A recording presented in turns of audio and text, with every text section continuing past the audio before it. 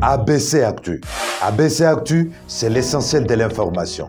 ABC Actu, c'est la politique, l'économie, le social, la culture, la religion, la science, la technologie, le développement et les divers. ABC Actu, l'essentiel de l'information pour vous, FM Prêt.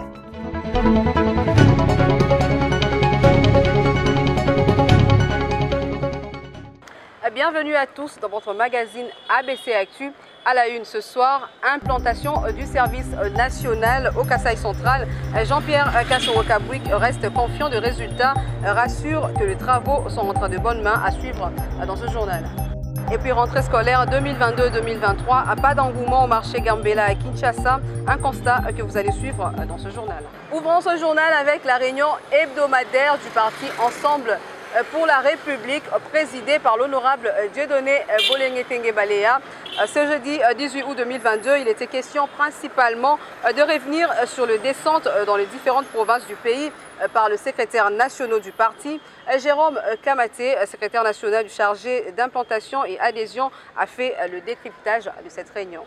Le secrétariat général, les membres du secrétariat général ont tenu les réunions hebdomadaires qui avait comme point à l'ordre du jour la communication du secrétaire général qui s'est basée ou apaisati spécialement sur la mission des secrétaires nationaux à l'intérieur du pays.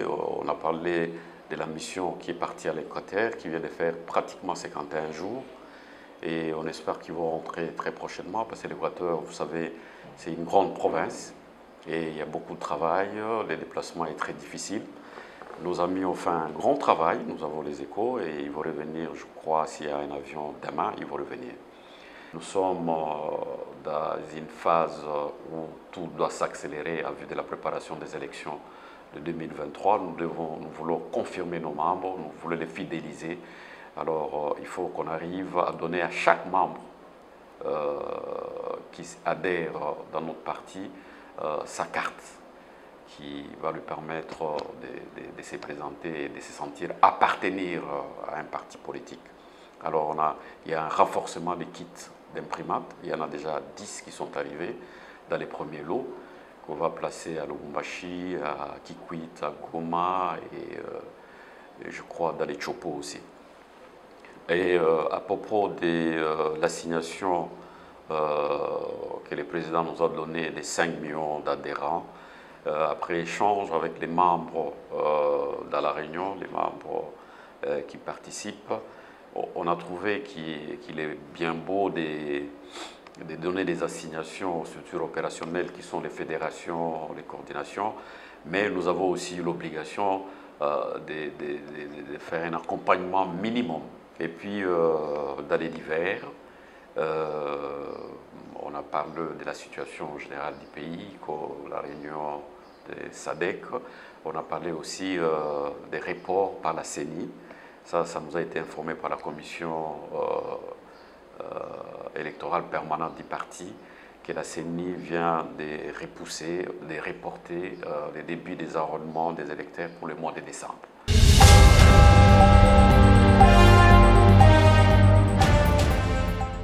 Dans l'actualité également, un renforcement logistique de FARDC au Nord Kivu, ce mercredi par l'autorité provinciale via son vice-gouverneur, les commandants divisionnaires Jean Romial Lipopo, qui exhorte le bénéficiaire à en faire bon usage. Regardez. De la République démocratique du Congo FARDC en opération au Nord Kivu ont été renforcés en logistique ce mercredi 17 août 2022. Il s'agit de 6 jeeps Land Cruiser flambant neuve 4x4 remises au commandant second de la 3e zone de défense par l'autorité provinciale du Nord Kivu, représentée par les vice-gouverneurs, les commissaires divisionnaires Romi Ekuka Lipopo. La cérémonie de remise et reprise s'est déroulée dans l'enceinte du gouvernorat de province. Les vice-gouverneurs ont invité les utilisateurs de ces engins roulants d'en prendre soin. Au nom de son Excellence, le gouverneur de province du Nord Kivu, le lieutenant général Ndima Constant, je vous remets 6 jeeps de marque Land Cruiser pour les opérations. Je vous prie de prendre soin de ces véhicules comme votre prunelle pour que les opérations puissent bien se dérouler et que la logistique dont nous parlons tout le temps qu'elle fait défaut ne puisse pas faire défaut maintenant à l'occasion de la réception de ces véhicules.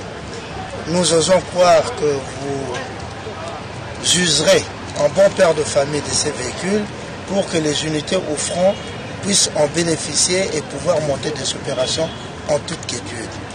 Voilà ce que je peux vous donner en ce moment et vous souhaiter encore une fois la réussite dans toutes les opérations qui sont menées dans notre province. Le commandant second de la 3e zone de défense a exprimé ses sentiments de gratitude car selon lui, ces véhicules boosteront à coup sûr les opérations militaires en province. Au nom du commandant de la 3e zone de défense qui est actuellement le commandant des opérations dans le Nord Kivu, je tiens à remercier sincèrement son Excellence Monsieur le Gouverneur pour ces outils de travail et je crois sincèrement que ça va booster les opérations que nous sommes en train de préparer et que nous allons bientôt mener. Et je crois que ça va nous servir grandement. Et encore une fois, merci beaucoup.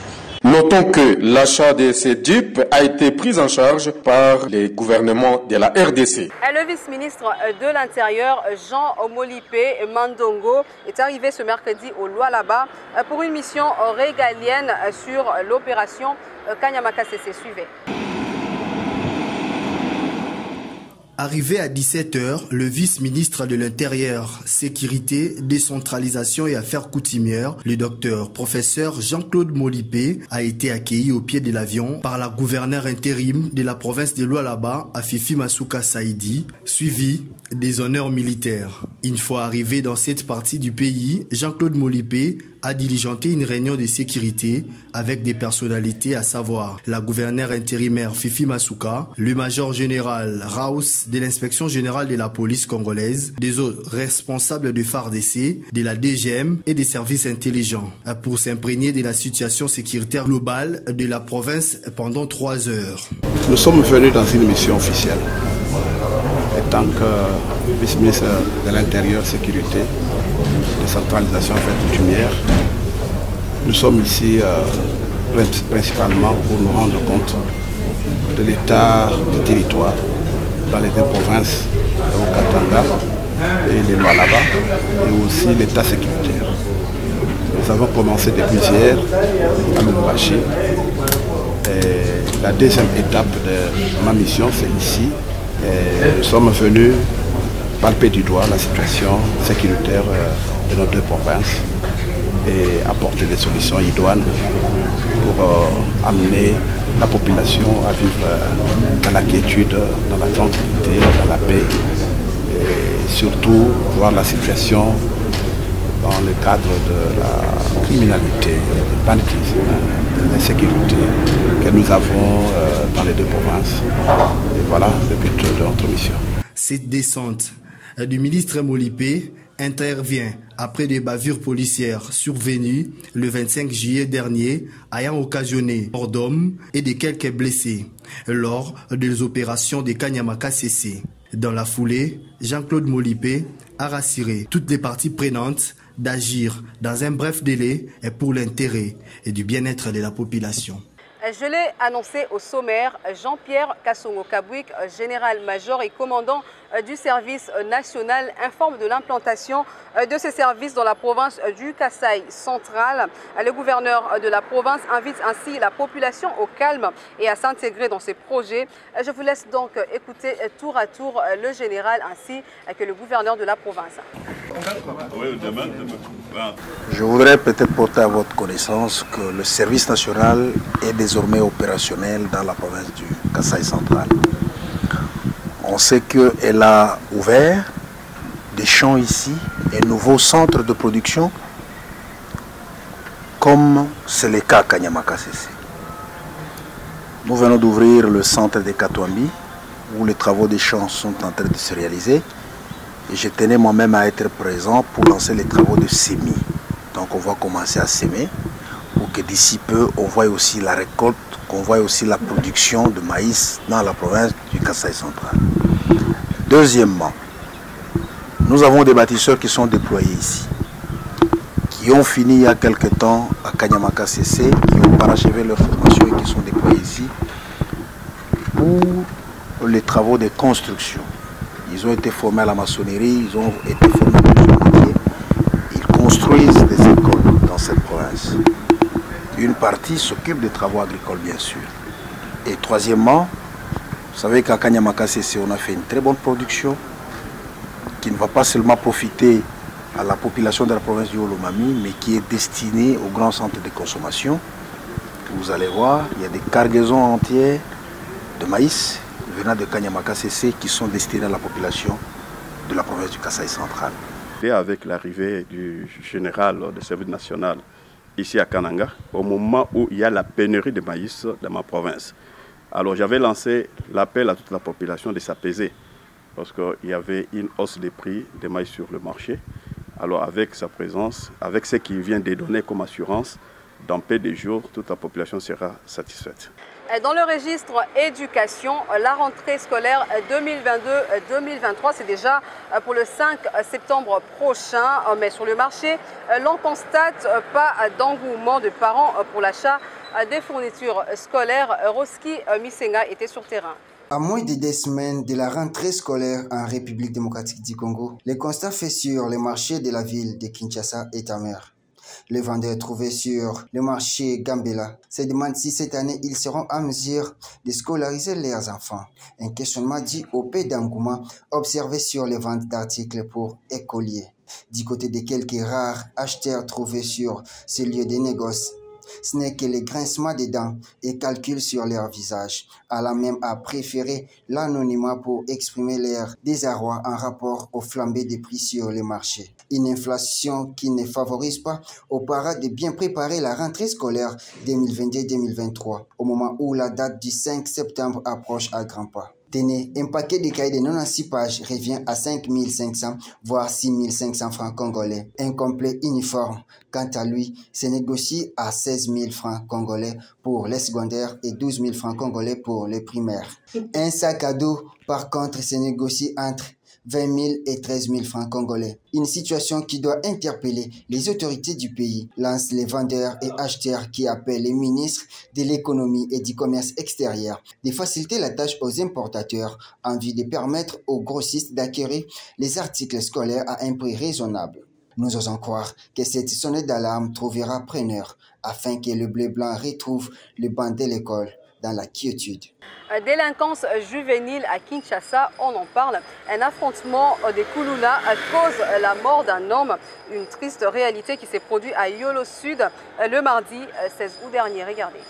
Nous ne cesserons pas de le dire. La foule que vous voyez en image en débandade n'est pas en Ukraine, mais plutôt en République démocratique du Congo, précisément dans la ville-province de Kinshasa. Une scène qui s'est déroulée le mardi 16 août dernier dans le quartier Yolo Sud à Kalamu, suite à un affrontement entre deux gangs rivaux de Kuluna. D'après les témoins de l'événement, une rencontre de football opposait une équipe des quartiers de Yolo Sud à une autre de la commune de Makala pour le compte d'un tournoi de vacances organisé par un député national de ce coin qui a tourné au vinaigre. Profitant de ces circonstances, les hors-la-loi s'en ont pris aux passants, résidents et autres paisibles citoyens à quelques mètres d'un sous-commissariat de la police nationale congolaise, poussant la population à se demander quel est le rôle de la force de l'ordre pour que pareille chose puisse se produire en plein jour, occasionnant mort d'homme sans être inquiété. Ceci prouve encore une fois que malgré l'envoi de Kuluna à Kanyamaka CC, ce phénomène ne faiblit pas et le commissaire provincial Sylvano Kassongo a encore du pain sur la planche.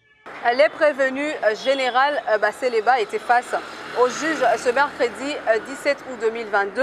À la haute cour militaire, il sollicite une audience personnelle avec le chef de l'État, Félix-Antoine Tshisekedi, pour lui transmettre un message qu'il juge très important. On l'écoute. Je ne peux pas accepter que ce qui est arrivé à Mosée arrive à la peuple président. Oui, il y a dédié le pays entre les mains de Dieu.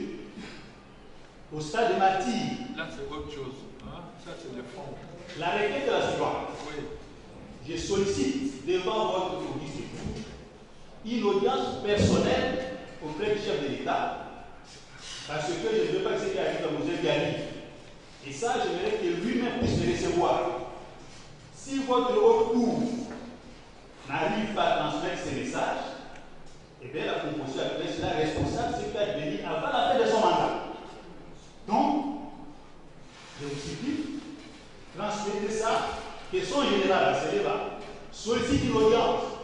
Je ne peux pas dire à qui que toute personne, sauf à lui. Si on estime que ce n'est pas nécessaire, il n'y a pas de problème. Comme vous le savez, j'ai inscrit le dossier du musée et je crois que j'ai l'obligation, le devoir de protéger les chefs de l'État jusqu'au sacrifice suprême. J'ai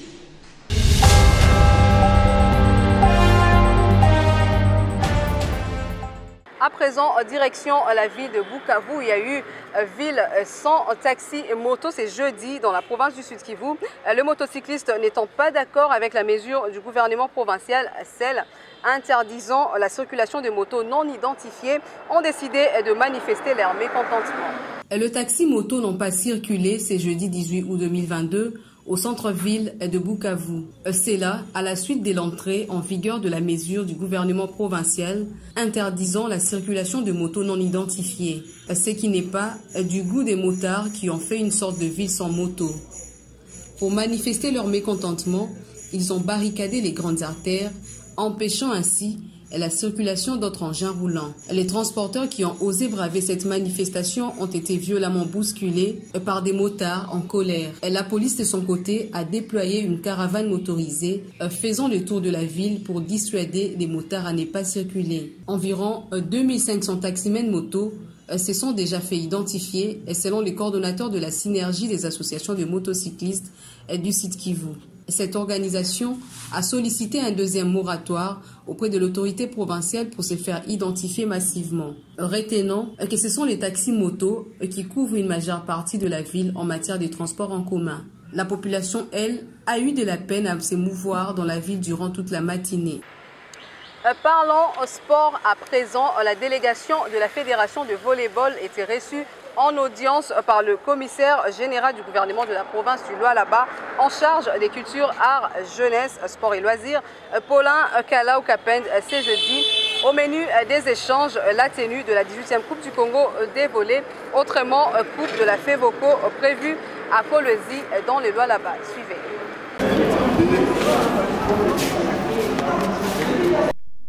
C'est dans l'après-midi de ce mercredi 17 août 2022 que Stéphane Kamango, vice-président de la FEVOCO et président du comité de l'organisation de la 18e édition de la Coupe du Congo du volleyball, est arrivé à Kolwezi avec une délégation de 11 personnes en provenance de Kinshasa. À peine foulé le sol Lualabé, cette délégation s'est dirigée vers le commissariat en charge des sports, loisirs, culture et arts pour présenter les civilités aux premiers sportifs de la province. Sous l'autorité de son Excellence Maman Fifi Masuka, elle a accepté que nous puissions organiser ces championnats ici chez nous à Kolwezi. Vous allez remarquer que lorsque vous allez faire la descente, que les choses ne sont peut-être pas telles que vous le croyez, d'où vous avez une grande tâche à accomplir d'ici le début de ce championnat, c'est-à-dire le 20. Vous allez circuler avec les responsables de la Ligue qui vont vous indiquer les endroits choisis pour jouer. Ici, réceptionné par le commissaire au sport du Lualaba, Paulin Kalau Kapend, plusieurs emblèmes annonçant les couleurs du championnat national de volleyball ont été remis à Madame la vice-gouverneure et gouverneur AI de la province, Fifi Masuka Saini, pour avoir accepté d'accueillir cette fête nationale au Lualaba. C'est la 18e édition de la Coupe de la FEVOCO. Aussitôt arrivé à Kolwezi, nous avons vu les autorités provinciales, précisément le ministre provincial des Sports et Loisirs, qui nous a reçus à son bureau, un homme d'une grande générosité, un homme d'État. Il nous a bien accueillis et il dit qu'il va nous accompagner lors de la 18e édition de la Coupe du Congo de volleyball. Vraiment, parce que je trouve que c'est un homme d'État et il a la maîtrise de la discipline qu'il est en train de chapeauter sur le plan provincial. Surtout qu'il dit qu'il n'aime pas que certaines disciplines soient orphelines. Et pourtant, les sports, il y a et les volets, il y a le basket, il y a le foot, il y a la natation. Alors, il préfère que l'on tienne compte de toutes ces disciplines. En tout cas, je le souhaite vraiment un fructueux mandat et surtout, je souhaite qu'un jour qu'il se retrouve sur le plan national. Rappelons tout de même que cette compétition ira du 20 au 31 août 2022. C'est en sport que marque la fin de cette session d'information, mais avant, prenons le rappel de principaux titres. Implantation du service national au Kasaï central, Jean-Pierre Kasongo-Kabouik reste confiant de résultats et rassure que les travaux sont entre de bonnes mains. Vous avez suivi au cours de ce journal. Et puis rentrée scolaire 2022-2023, pas d'engouement au marché Gambela à Kinshasa, un constat que vous avez suivi dans ce journal. Ainsi s'achève cette session d'information. Merci à tous de l'avoir suivi. Restez connectés sur notre page Facebook et aussi sur notre chaîne YouTube.